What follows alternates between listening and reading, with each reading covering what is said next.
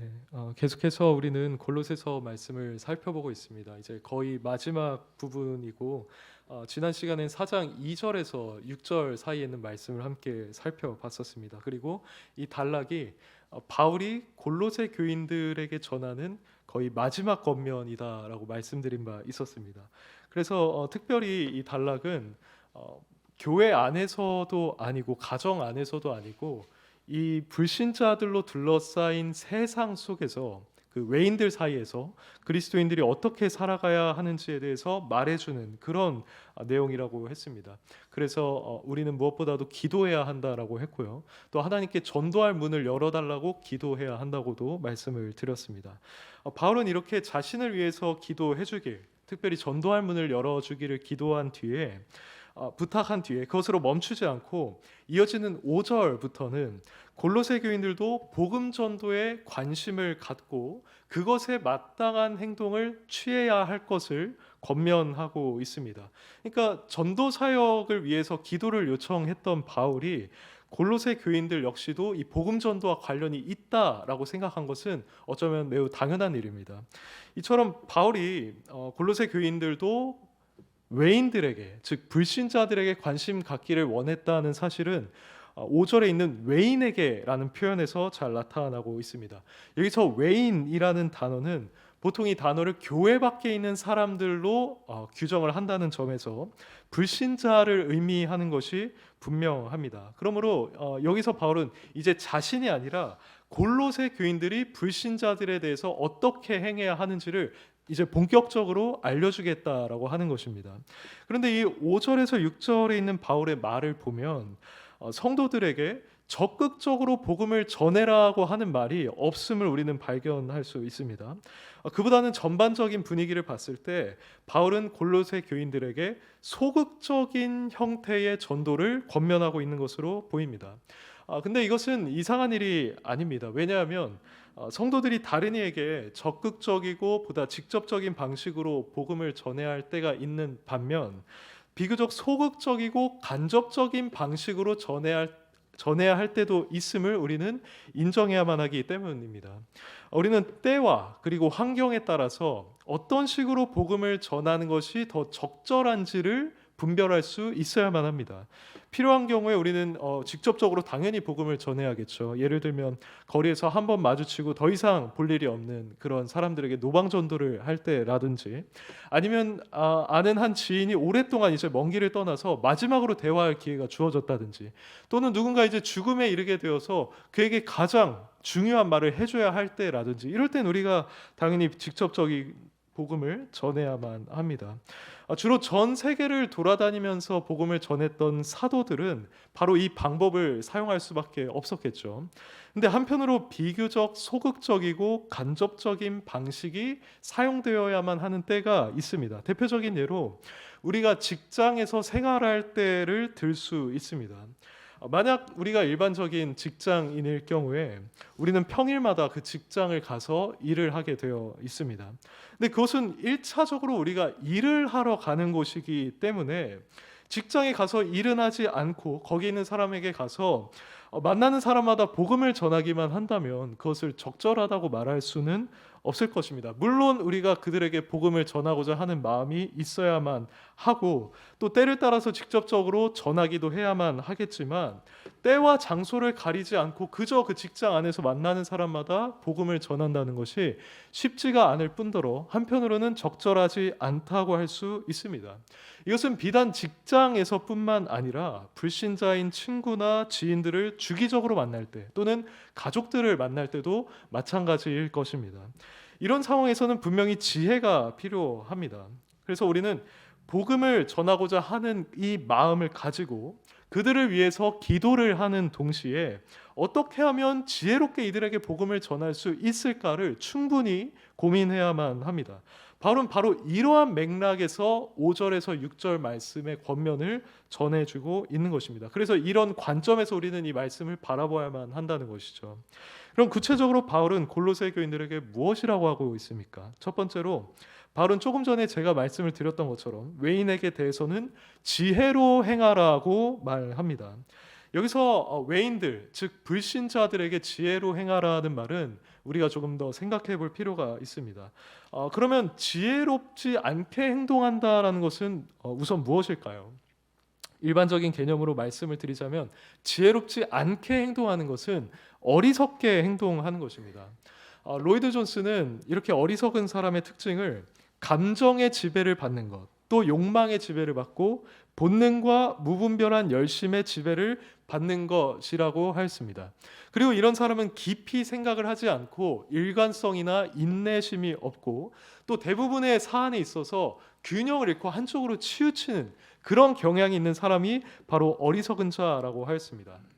그런데 만약 그리스도인들이 이 세상 사람들 가운데 가서 이처럼 지혜 없이 어리석게 행동하는 모습을 보이면 어떻게 될까요? 로이드 존스가 말한 것처럼 우리가 감정과 욕망과 본능의 지배를 받고 무슨 일에 있어서 깊이 생각하지 않고 한쪽으로 치우친 모습만 보인다면 그들은 우리에 대해서 어떻게 생각을 하겠습니까?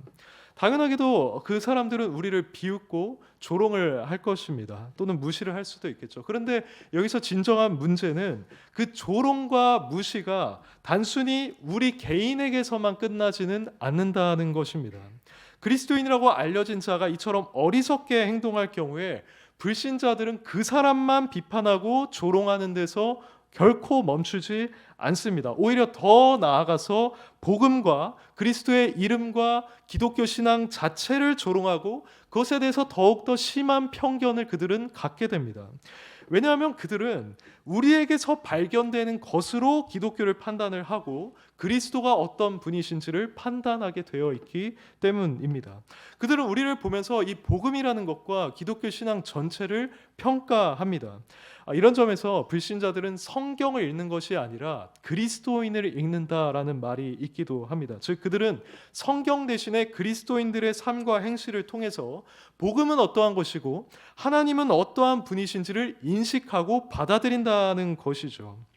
그러다 보니까 만일 어떤 그리스도인이 어리석게 행동을 한다면 그것은 불신자들이 기독교 신앙을 더욱더 배척하고 구원의 길에서 멀어지게 만드는 결과를 초래할 수가 있는 것입니다. 실제로 여러분들은 주변에서 그리스도인들의 행실에 대해서 실망감을 느끼고 교회에 또 복음에 반감을 가지고 있는 자들을 잘 알고 있을 것입니다. 안타깝게도 오늘날 이런 일들이 꽤 자주 일어나고 있죠.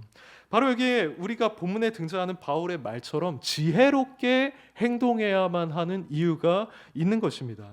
본문에서 바울도 이 사실을 중요하게 생각했던 것 같습니다. 전해지는 바에 따르면 초대교회 시대에도 그리스도인들은 볼 수 없는 신을 섬긴다라고 해서 무신론자라고 여겨졌습니다. 그리고 황제를 섬기는 의식을 수행하지 않아서 비애국적이라는 말을 듣기도 했고요. 또 몰래 자기들끼리 모인다고 하여서 비도덕적이라는 근거 없는 소문이 당시에 퍼졌었다고 합니다. 이런 상황 속에서 바울은 그런 비난들을 다 물리치고 그리고 이 복음이 또 다른 이들에게 전해지는데 아무런 장애가 없게 하기 위해서는 반드시 그리스도인들이 지혜롭게 행할 필요가 있다고 보았던 것입니다.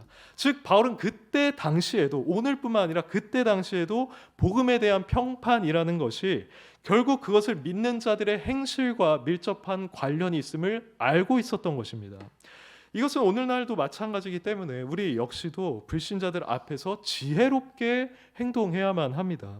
그럼 지혜롭게 행동한다는 것은 구체적으로 무엇이겠습니까? 기본적으로 바울이 골로새서 1장 19절에서 9절에서 10절 사이에 말한 것처럼 하나님의 뜻을 따라서 행하는 것, 그리고 주께 합당하게 행하여 범사의 그분을 기쁘게 하는 것, 그리고 모든 선한 일에 열매를 맺는 것, 바로 이것이 지혜로운 행동이라고 할 수 있습니다. 또 추가적으로 말씀을 드릴 수가 있겠죠. 앞서 말씀드린 그 어리석은 행동과 정반대되는 것이 지혜로운 행동이라고 할 수 있습니다. 예를 들어서 우리는 그들과 달리 단순하게 본능이나 충동이나 욕구에 의해서 행동하지를 않고 충분히 생각하고 신중하게 판단하고 점검하고 균형 잡힌 태도로 살아가는 것, 이것이 바로 우리가 추구해야 할 지혜로운 행동입니다. 만일 우리가 세상 사람들 가운데서 이렇게 행동을 하게 된다면 불신자들은 우리를 좋게 볼 뿐만 아니라 우리가 믿는 복음과 교회 그리고 그리스도에 대해서도 좋게 볼 것입니다. 이처럼 성도의 선한 행실을 통해서 사람들이 하나님에 대해서 긍정적인 인식을 갖게 된다고 하는 것은 사실 성경에서 몇 번 증거된 바 있습니다. 베드로전서 2장 11절 12절을 보시면요, 영혼을 거슬러 싸우는 육체의 정욕을 제어하라. 너희가 이방인 중에서 행실을 선하게 가져 너희를 악행한다고 비방하는 자들로 하여금 너희 선한 일을 보고 오시는 날에 하나님께 영광을 돌리게 하려 함이라고 하였습니다. 그리고 주님께서도 너희 빛이 사람 앞에 비치게 하여 그들로 너희 착한 행실을 보고 하늘에 계신 너희 아버지께 영광을 돌리게 하라고 말씀하셨죠. 이런 점에서 우리는 오늘날 불신자들과 일상을 함께 살아가고 있는 그 우리의 생활이 과연 어떠한가를 점검해 보아야만 합니다. 여러분들의 삶은 어떻습니까? 현재 여러분들이 계신 곳에서 여러분들은 지혜 없는 자처럼 행동하지 않고 지혜 있는 자처럼 행동하고 계십니까? 사실 우리가 이렇게 진정으로 지혜 있는 자처럼 행동하고 있는가를 논하기 전에 먼저 한 가지 생각해야 할 것이 있는데, 그것은 현재 나는 나의 행동이 복음의 평판에 영향을 미친다는 사실에 충분히 관심을 가지고 있는가입니다. 자신을 그리스도인이라고 칭하면서도 어리석게 행함으로써 지탄의 대상이 되는 사람들이 있죠. 근데 이런 사람들은 이런 부분에 대해서 아예 관심 자체가 없는 경우가 많습니다. 그런 관심이 없다 보니까 사람들 앞에서 자신이 굳이 지혜롭게 행동해야 할 필요를 느끼지 못하고, 그래서 그들은 어리석게 행하는 것입니다. 그러나 진정으로 바른 신앙을 가진 자로서 주님을 사랑하고 있고 주님의 영광에 대한 관심이 있고 자신과 가까이 있는 불신자가 회심하기를 진정으로 원하는 자라고 한다면 그는 결코 그렇게 방자하게 행하지 않을 것입니다. 그래서 우선적으로 우리가 고려해야만 하는 것은 주님의 영광과 또 죽어가는 영혼들을 향해서 우리가 충분한 관심을 가지고 있는가입니다.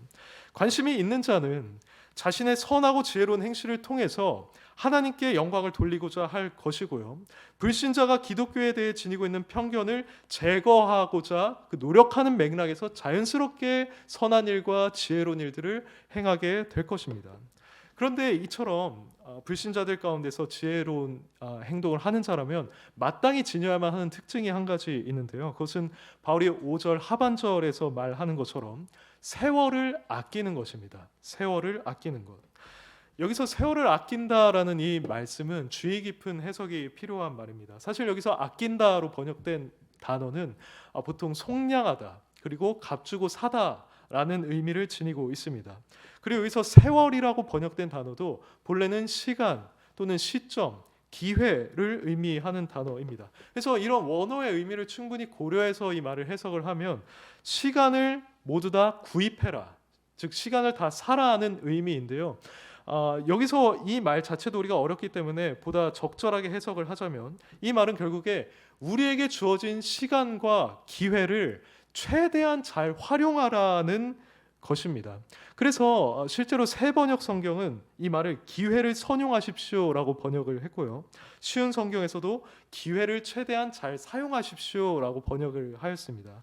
그렇다면 우리가 외인에 대해서 지혜로 행하는 것 외에 이 시간을 또 기회를 잘 활용하는 것도 분명히 기억을 해야만 하는데요, 여기에는 당연히 우리에게 주어진 시간을 규모 있게 잘 사용하는 것도 포함이 되어 있을 것입니다. 하지만 여기서는 분명 외인에게 복음을 전한다라고 하는 맥락 안에 있기 때문에 이 말은 우리가 불신자들과 함께 있는 그 시간과 기회를 헛되게 낭비하지 말고 그 시간을 적극적으로 사서, 즉 그 시간 적극적으로 활용하여서 그들에게 어떻게든 영적으로 선한 영향을 끼쳐야만 한다는 말입니다. 여기서 말하는 이 시간과 기회라는 것은 실제로 우리에게 주어질 수가 있습니다. 지난번 저희 강의 시간에 전도할 문을 열어달라고 기도해야 한다라고 했었는데요, 하나님께서는 우리가 불신자들과 있을 때 이런 문을 열어주시는데 바로 그때가 우리가 그들에게 진리를 증언할 수 있는 시간이고 기회일 수 있는 것입니다. 예를 들면 직장 동료와 여러분들이 단둘이서 식사를 한다든지 아니면 휴식하는 도중에 뭔가 진지하게 대화를 나누게 되는 그런 상황들, 또는 회식을 갔을 때 일과 관련된 대화를 하기보다 개인의 삶과 관련된 대화를 하게 된 상황들 등, 이 기회라는 것은 우리에게 매우 다양한 모습으로 주어질 수가 있습니다. 물론 이것은 우리가 한 영혼을 두고 기도하면서 적극적으로 창출할 수 있는 환경이기도 하죠. 그런데 이때 중요한 것은 우리가 그런 상황들을 복음을 위해서 열려진 문, 그리고 여기서 말하는 시간, 기회로 볼 수 있는 영적 감각이 있어야 한다는 점입니다. 우리에겐 반드시 이런 감각이 필요합니다.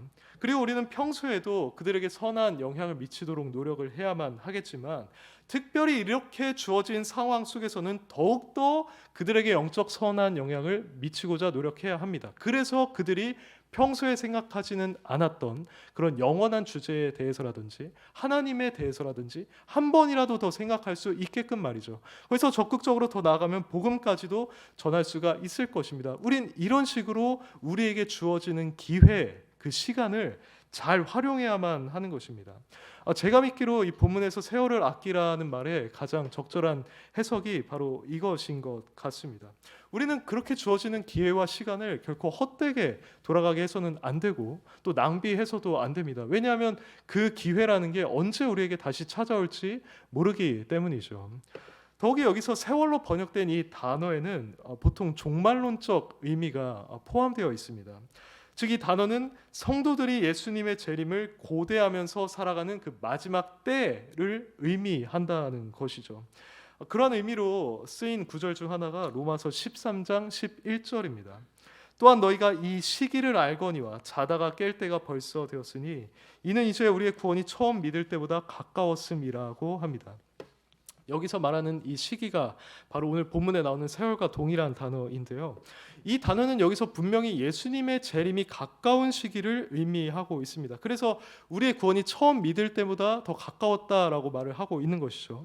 그러므로 우리는 오늘 본문에 쓰이고 있는 이 동일한 단어에서도 종말론적인 의미를 적용할 수 있어야만 합니다. 이것에 따르면 우리가 우리에게 주어지는 시간들, 또 기회들을 최대한으로 활용해야만 하는 이유는 주님께서 언제 다시 오실지 모르고 그때는 항상 우리에게 임박해 있기 때문입니다. 그리스도 안에서 지혜롭게 행하고자 하는 자는 항상 이 사실을 기억해야 합니다. 주님께서 어느 날에 너희 주가 임하는지 너희가 알지 못함으로 깨어 있으라고 반복하신 말씀을 우리는 염두에 두어야 한다는 것이고요. 또 마태복음 25장 혼인잔치 비유에 나오는 것처럼 우리는 미련한 여인과 같은 자가 아니라 기름을 열심히 준비했던 지혜로운 여인과 같은 자들이 되어야만 합니다. 또 바울도 마찬가지였죠. 그는 이 3장 1절에서 위의 것을 보라고 하였고 4장 2절에서도 깨어 있으라고 하는 것을 봤을 때 그 역시 이러한 태도로 자신의 삶을 대하고 있었던 것입니다. 만일 우리가 이러한 인식을 지니고 살아간다면 우리는 결코 우리에게 주어진 그 기회, 그것을 절대로 낭비하지 않을 것입니다. 오히려 그들에게 조금이나마 영적으로 선한 영향을 미치기 위해 노력할 것이고 최대한 그들에게 복음을 소개하게 될 것입니다.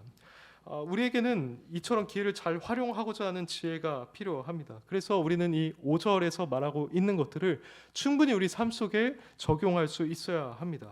앞서 말씀드린 것처럼 우리의 행동은 복음과 그리스도에 대한 그들의 판단에 영향을 미친다는 사실을 기억해야 합니다. 그래서 우리는 어리석게 행하지 말아야만 하고요.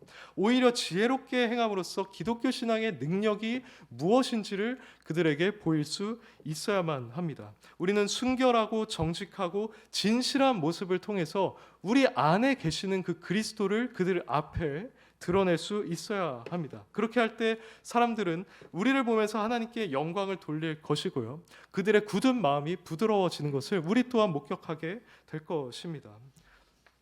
또한 우리는 기회조차도 하나도 낭비하지 않겠다라는 각오로 잘 활용해야만 합니다. 우리의 일상 가운데, 특별히 여러분들의 회사 생활 가운데, 또 평범하게 보이는 대화와 휴식의 시간에 하나님께서 여러분들에게 문을 열어주시고 우리에게 기회가 주어지는 것을 잘 포착할 수 있어야만 합니다. 만일 우리가 그 기회를 잘 활용한다면 우리를 통해서 한 영혼이 구원에 이를 수 있다는 사실을 우리는 분명히 믿을 수 있어야만 합니다. 이상으로 우리는 5절 말씀에 있는 외인에 대해서 지혜로 행해야 한다는 말씀을 살펴봤는데요. 본문에 따르면 우리가 이렇게 외인을 대하는 것과 관련해서 한 가지 더 말하고 있는 것이 있습니다. 그것은 우리의 행실뿐만 아니라 우리의 말도 지혜롭게 할 수 있어야 한다는 것입니다. 4장 6절을 보시기 바랍니다. 너희 말을 항상 은혜 가운데서 소금으로 맛을 낸과 같이 하라. 그리하면 각 사람에게 마땅히 대답할 것을 알리라고 합니다. 보시는 바와 같이 바울은 지금 우리의 말에 초점을 맞추고 있습니다. 그런데 그 핵심은 우리가 하는 말을 항상 소금으로 맛을 낸과 같이 하라는 것이죠. 여기서 우리가 주목할 것은 항상이라는 단어입니다. 바울은 우리가 외인들을 만날 때만 너희 말을 소금으로 맛을 낸과 같이 하라고 하고 있지 않습니다. 그보다는 항상, 즉 우리가 신자들과 있을 때든지 아니면 직장에 있을 때든지 가정에 있을 때든지 항상 그렇게 해야만 한다는 것입니다.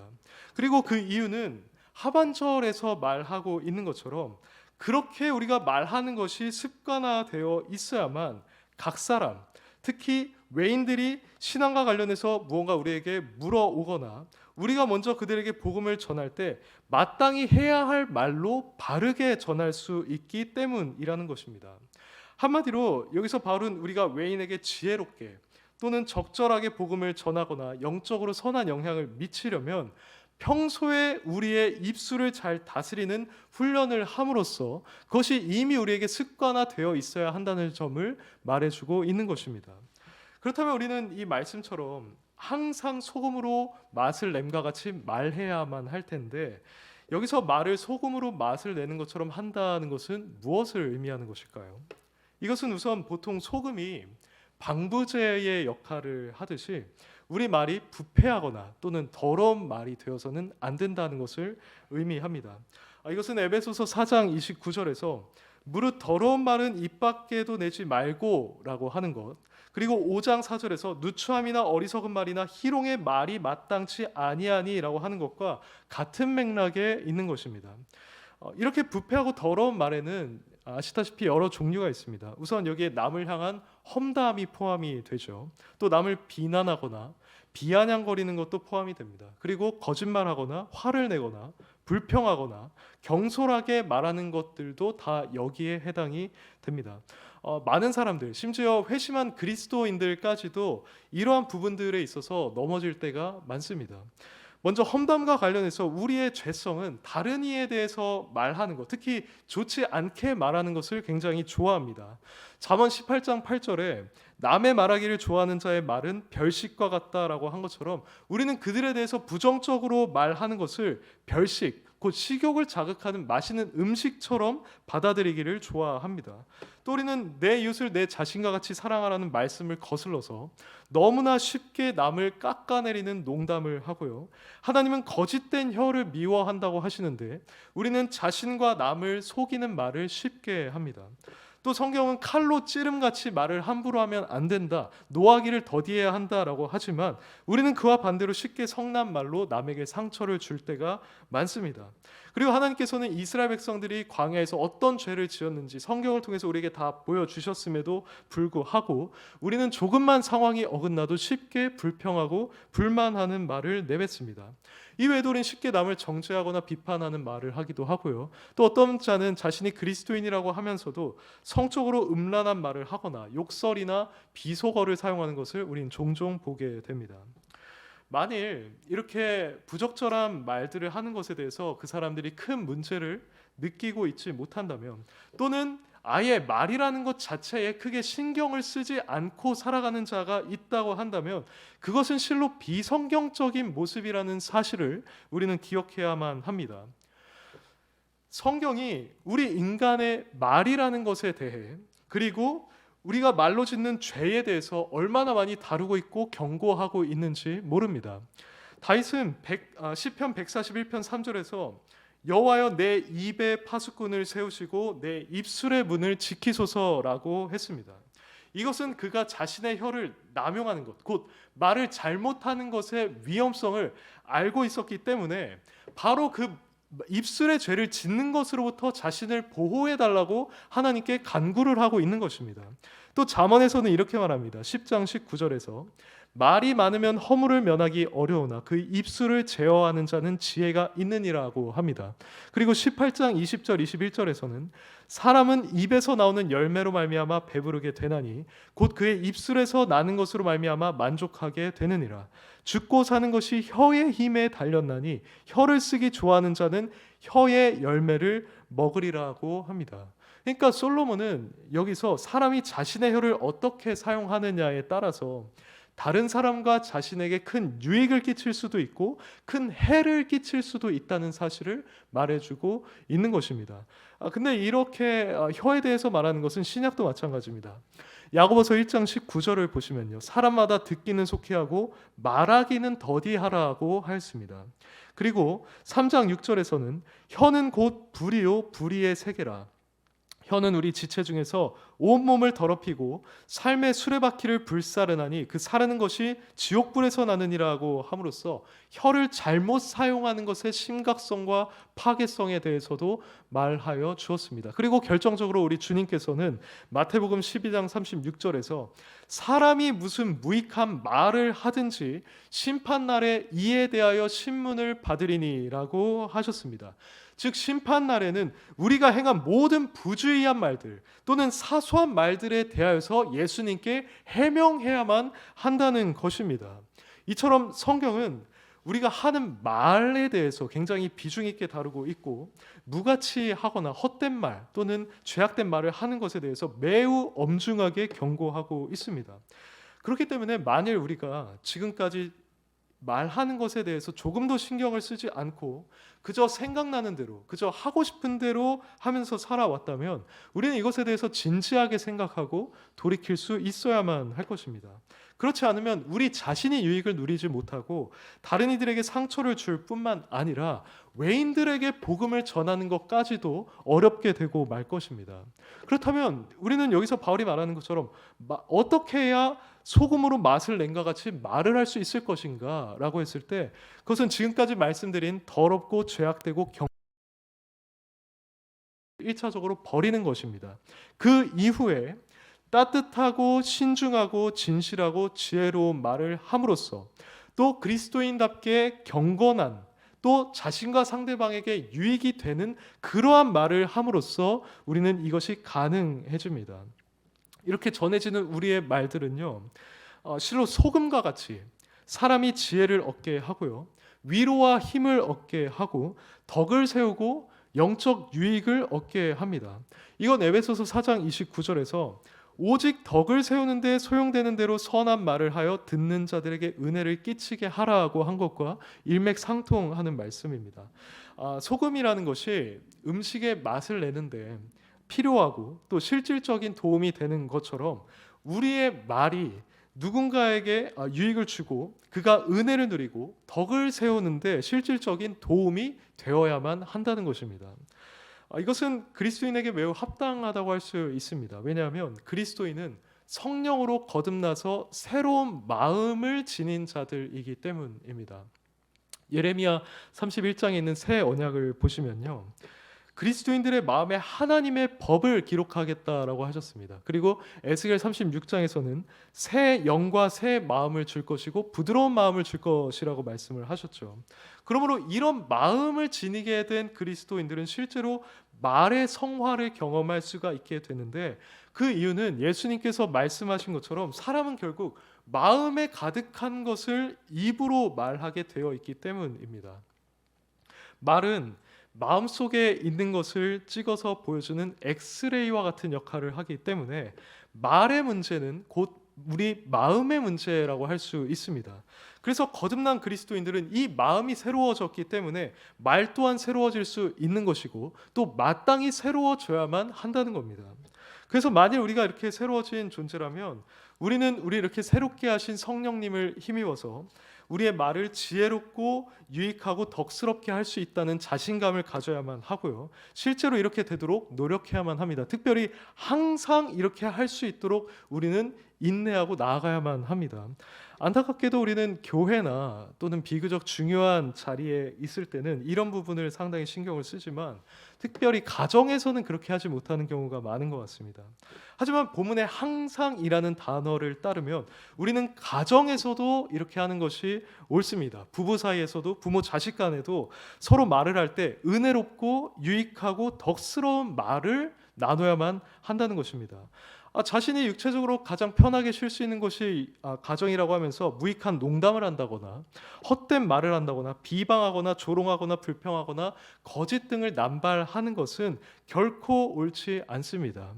우리 안에 계시는 성령님께서는 우리가 교회에 갈 때나 또는 중요한 자리에 갈 때나 우리와 함께 하시는 것이 아니라 우리가 집에 있을 때도 함께 하시기 때문에 우리에게선 자연스럽게 이런 열매가 끊임없이 나타나야만 한다는 것입니다.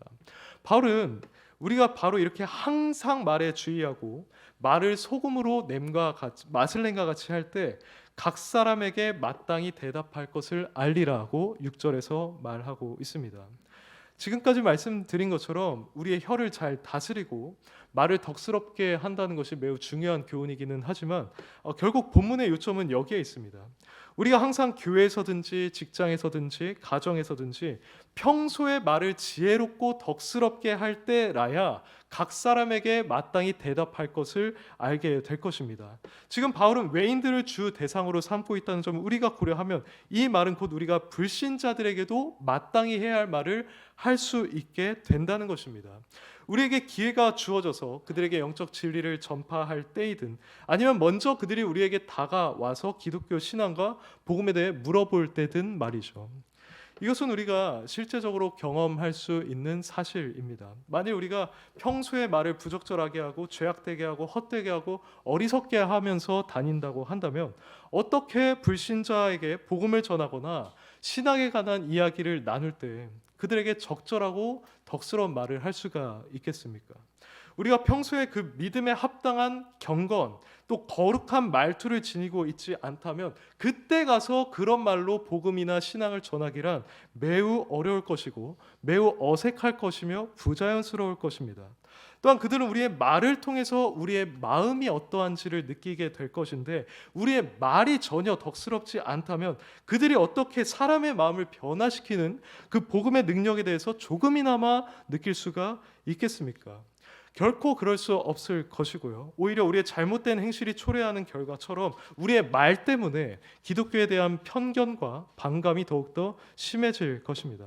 하지만 만약에 우리의 말이 덕스럽고 은혜롭고 경건하고 유익하다면 그들은 우리의 말을 들으면서 무언가 다르다라고 느낄 것입니다. 그들은 우리의 마음을 변화시킨 그 복음의 능력이 무엇인지를 느끼게 될 것이고요.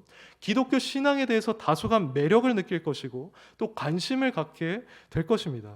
또 그런 우리를 보면서 함부로 기독교 신앙을 비판하거나 조롱하지 못하게 될 것입니다. 거기서 더 나아가서 만약 하나님의 은혜가 그들에게 임하게 된다면 그 영혼이 구원받는 데까지 이르게 될 것입니다. 그러므로 우리는 이런 사실들을 기억하면서 항상 우리가 하는 말을 하나님이 공급하시는 은혜 가운데서 항상 소금으로 맛을 낸과 같이 해야만 하는 겁니다.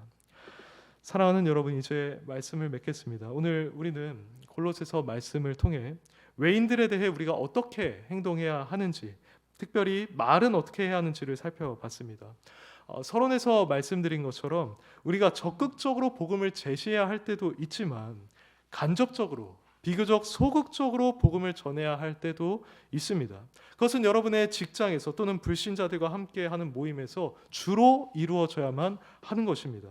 사실 여러분은 일주일 중에 대부분의 시간을 세상 사람들과 또는 직장에서 보내기 때문에 여러분들에게 오늘 이 말씀은 꽤 중요하다고 할 수 있습니다. 그래서 여러분들은 이 말씀을 충분히 묵상하고 자신에게 적용할 필요가 있습니다. 여러분들은 불신자들이 볼 때 성경과 복음을 대표하는 자들입니다. 여러분들의 모든 언행은 그들이 복음이라는 이 진리에 관심을 가질지 아니면 거부할지에 대해서 매우 큰 영향을 미치게 되어 있습니다. 그러므로 오늘 말씀을 기억하시면서 여러분이 계신 곳에서 지혜 없는 자와 같이 행하지 마시고 지혜로운 자처럼 행동하시기 바랍니다. 단순하게 본능이나 여러분들의 충동이나 욕구에 의해서 행동하지 않고 충분히 생각하고 신중하고 분별력 있게 행동하시기 바랍니다. 또한 주님의 재림이 임박해 있다는 사실을 기억하시면서 여러분에게 주어지는 모든 그 기회, 시간을 활용해서 그들에게 선한 영향을 미치시기를 바랍니다. 그리고 마지막으로 여러분들의 말을 항상 소금으로 맛을 낸과 같이 하여서 불신자들과 대화를 나눌 때 여러분이 그들에게 진리를 전달하고 유익을 미치며 복음을 전하는데 부족함이 없게 하시길 바랍니다. 그렇게 할 때 주님께서 택하신 영혼들이 바로 여러분들의 그 언행을 통하여서 주님께 돌아오는 은혜가 있을 줄을 믿습니다.